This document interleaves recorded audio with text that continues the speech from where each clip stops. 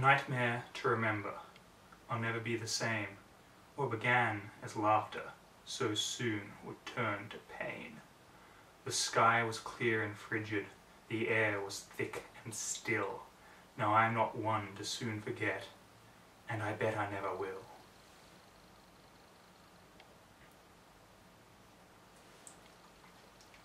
There was a small, awkward pause as Rarity regained her composure, and the adrenaline began to dissipate from her body. Twilight hadn't moved, almost as if she didn't know how to respond. Rarity let go of her neck and sank back down to the floor with a nervous laugh. "Hello," she said lightly. Twilight gave her a look that was half confusion, half concern. "Are you all right?" the Lilac Mare asked slowly. "Sweetabelle came to get me when she couldn't wake you up." Rarity turned over and got to her hooves, dusting herself off and regaining her usual air of confidence. She looked around discreetly for the scroll, relieved to find it was still sitting on her desk. She turned to Twilight, hoping her teacher wouldn't see it. "I'm just fine, dear," she said through the gritted teeth of a hopefully convincing smile. Twilight frowned. "Rarity, what happened?" Her tone was decidedly more serious. "I haven't the slightest idea what you mean." "Rarity, if there's something you need to tell me," Twilight began before being cut off by her student. "Twilight, darling!" Rarity's gaze drifted around the room as she attempted to mollify the purple mare. As her focus wandered, she came upon Sweetabelle. The small unicorn looked just as unconvinced as the older pony. "I assure you there's nothing to worry about. I had a small accident. I was working a little too hard and I probably just fell asleep and hit my head. I feel alright now, honest." She gave Twilight her most disarming smile. The mare kept her frown. "Where's the scroll?" "Scroll?" Twilight didn't respond, looking past Rarity with a piece of parchment. It took no time at all for her to find it splayed open on the table behind the fidgeting white mare. Her mixed expression now shifted to one of shock. "Rarity, this is dangerous magic! You didn't read this, did you?" "Twilight, What were you thinking?" "Actually, you weren't thinking, were you? You don't know how these things work. You could have hurt yourself, or worse. What if... Stop yelling at her!"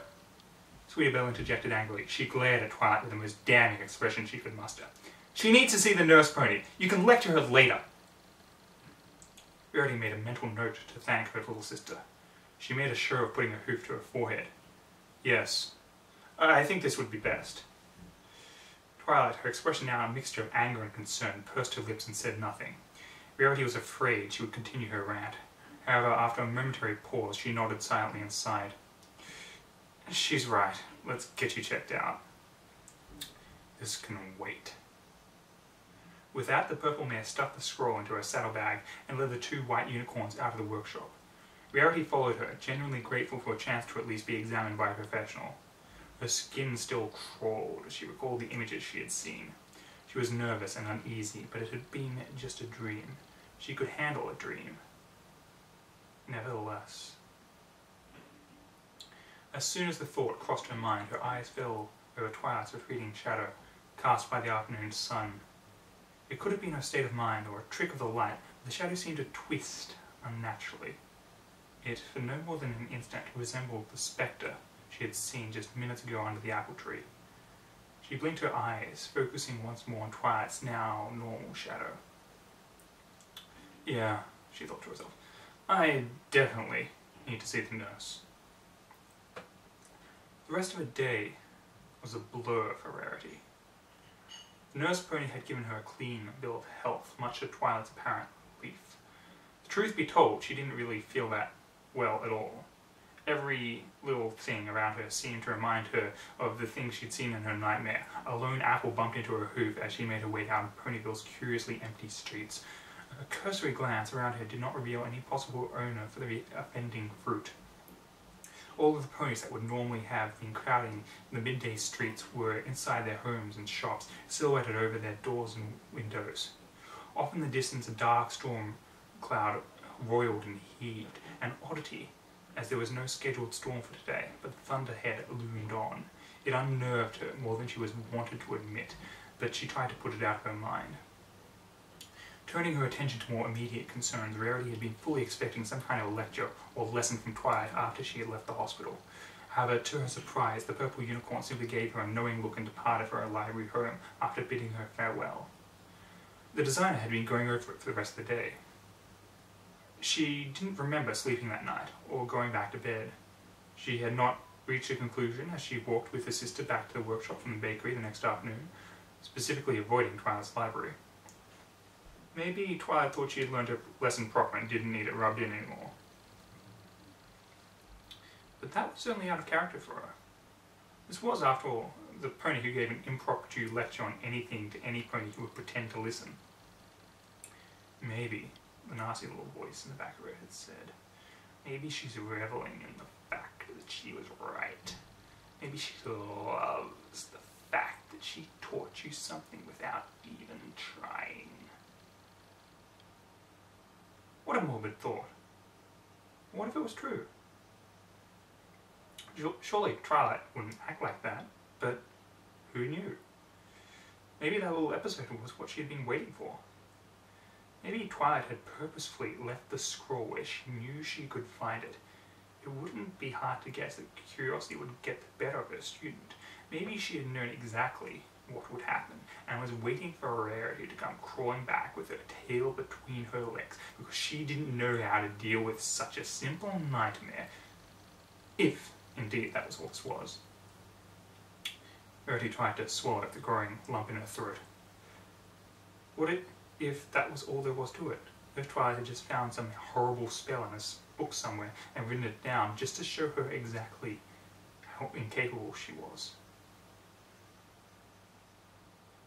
What has she done for you besides humiliate you? A loud thunk drew Rarity back to her senses. She was so lost in her musings that she hadn't paid attention to where she was going. The sound was her hoof hitting the door frame of her workshop forcefully. Sweetabelle gave her an odd look, concern still evident in her face. Lead hooves, she said. You don't look so good. Rarity ignored her for a moment and walked the rest of the way up to her workshop.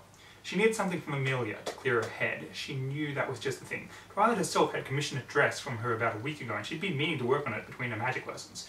This was the perfect opportunity to kill two birds with one stone. She turned back to her sister, trying to avoid thinking about the dream segment that had featured her, and forced a smile. Just a little worn out, she said soothingly. She levitated over a sketch design of a dress and some needles from the drawer next to her. Do you want to help me with the new dress order? Now I know you're not okay. You never ask me for help. I could use an extra hoof? Rarity lied. I don't remember any dress orders. Oh, I've had it lying around for a while. White Unicorn looked at the sketch design. It had stars on the hem, an ornate headpiece that ended with several graceful curves.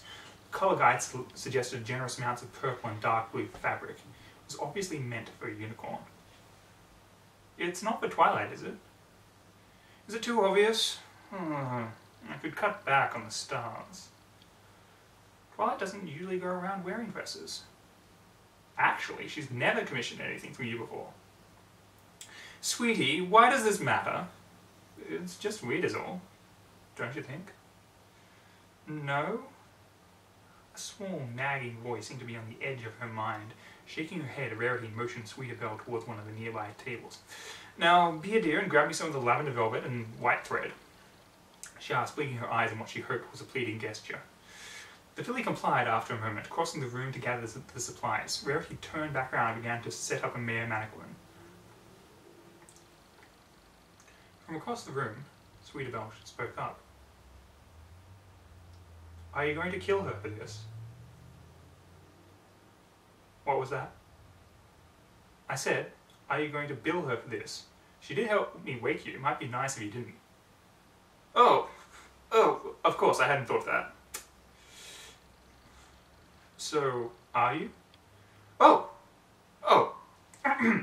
I suppose not. Thank you, sweetie. If you're going to pass out again, let me know in advance.